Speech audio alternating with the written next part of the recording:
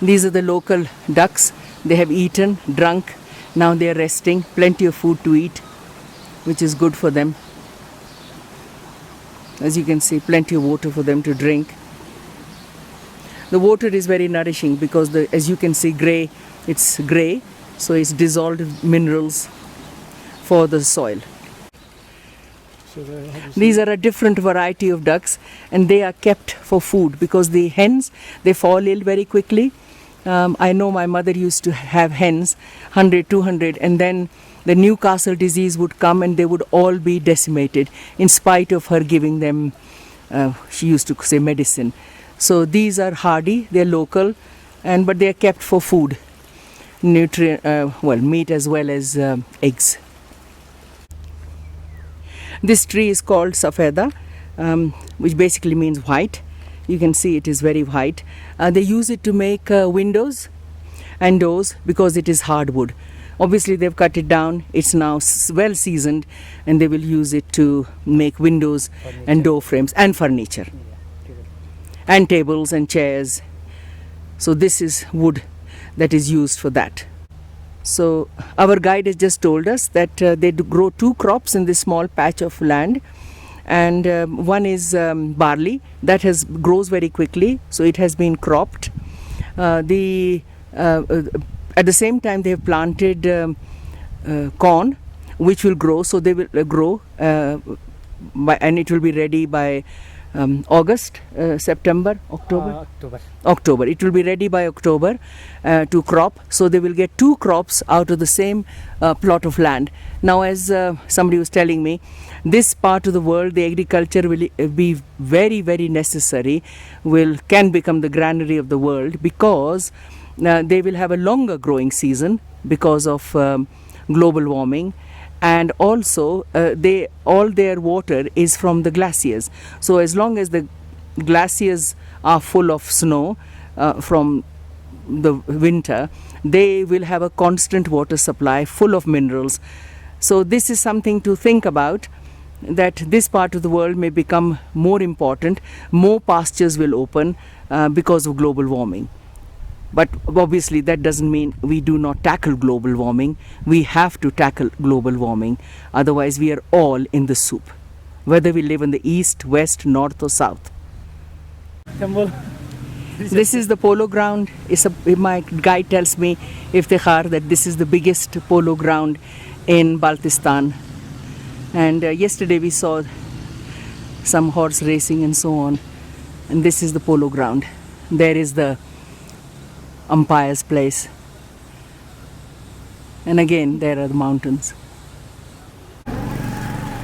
So this tells you can look it up. Astana Sayyid Mir Yahya, 300 meters. Shigar Settlement or Bazaar, 500 meters. Killingrong Mosque, 600 meters. Shigar Fort, 700 meters. Abruzi School, 3 kilometers. And Gulabpur Khanqah, 25 kilometers. And we are staying at the Serena Shigar Fort Hotel.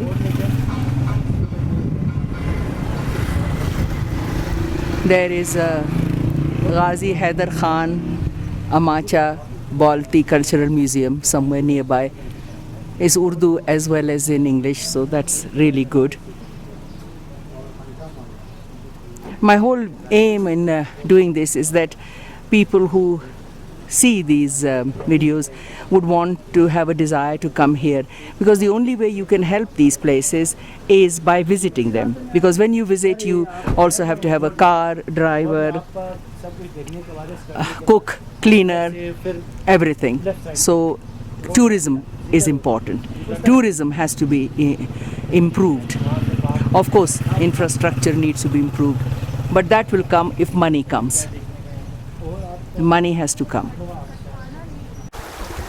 This is a shahtut in Urdu, or mulberry tree. I also have a mulberry tree in Chatham in Kent, but the birds have realized that the black mulberry is very delicious and nutritious and they eat it. By the time I come, they will have stripped every branch. But here they have very few birds, mostly have been shot and killed, so they get a lot of mulberries, which obviously they sell. These are trees growing by the stream. They are called bait. They grow it for firewood. So renewable resource. We saw loads and loads of those by the river, the big rivers, the Indus and so on, and they grow it for firewood.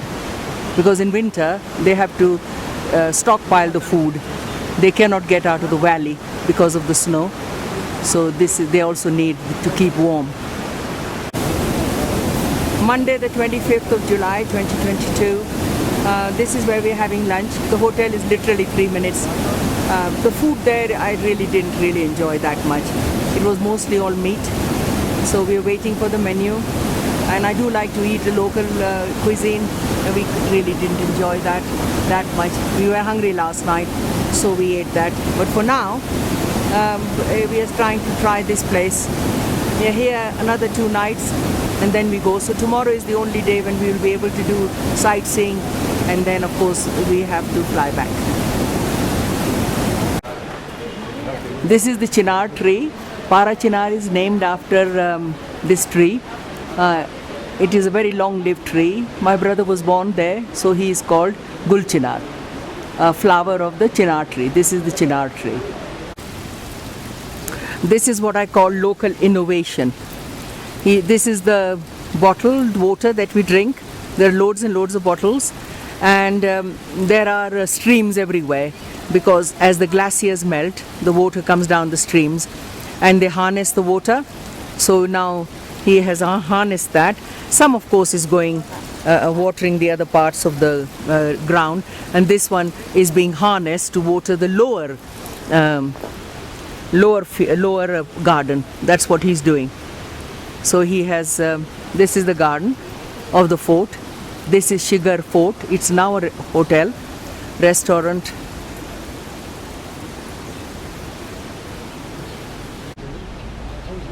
This is the backdrop for Shigar Hotel.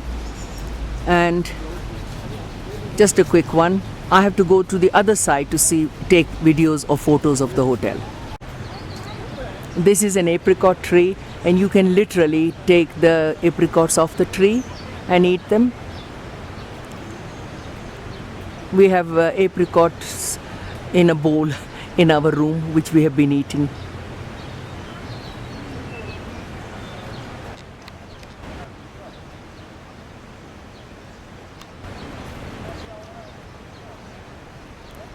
You have to see it to believe it.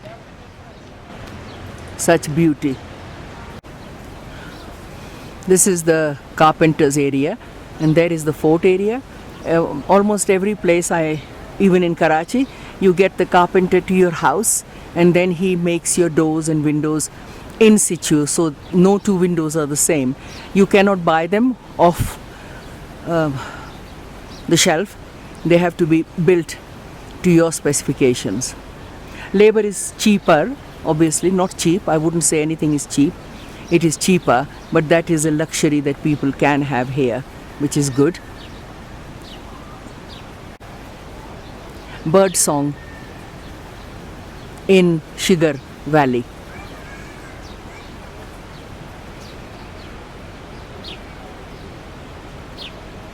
They have decimated the bird population because otherwise they would eat all the fruit.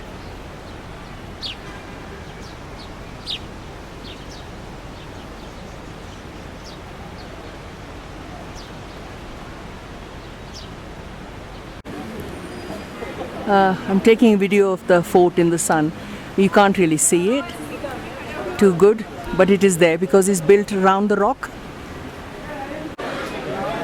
This is the chinar tree trunk, and you can see shoots coming out from the bottom, and it has put down, some shoots have been allowed to grow, and as they grow they sort of merge with the trunk, and inside the fort there are lots and lots of pillars, and they're made from chinar trees. As you can see, the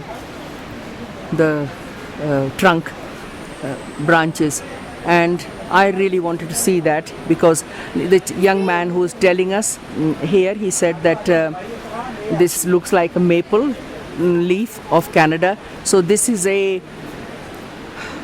type of maple tree, but it does not give maple syrup. It gives wood, it's grown for wood, but there are only 10-15 trees left in the area, obviously they have been cut down.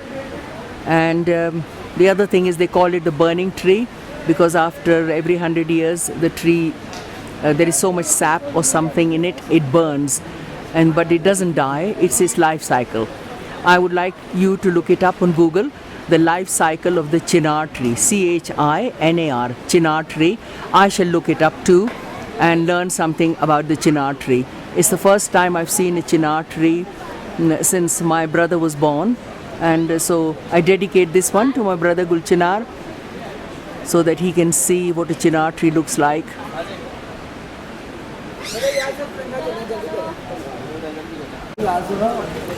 This is a good side view.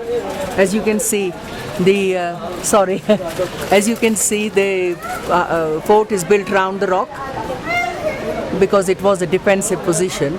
Now it is a hotel, but there is a big huge rock and it's built around it. Traditional construction. This is a video of the terrain from the roof of the fort. We are making use of one of the party's room and sitting on the terrace, and there is the view.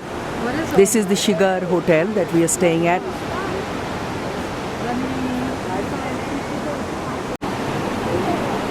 The light is going, but I'm still taking this. This water is coming straight off the glaciers. I was talking to a local who lives 5 minutes away from this fort, Shigar Fort Hotel, and he said that in June, July, August, the water is this color because the glaciers are melting very fast, so they are bringing silt and mud with them, and so this is not drinkable water. But the rest of the year the water is crystal clear because it melts slowly and so it comes through. He says before it only used to be 2 months of the year when you would get basically flood waters, but now it is 3 whole months, and he is wondering whether this year it will be October before they can have drinking water from here. But they do have pipe running from springs up in the mountains, and that is then piped into the houses and pure spring water. So this is just a view from the terrace. Again, global warming signs are everywhere, and that is something one has to, shall I say, be aware of. With Kent basking in 40 degrees Celsius, anybody who did not believe in global warming should now be aware of it. And we all know what we have to do.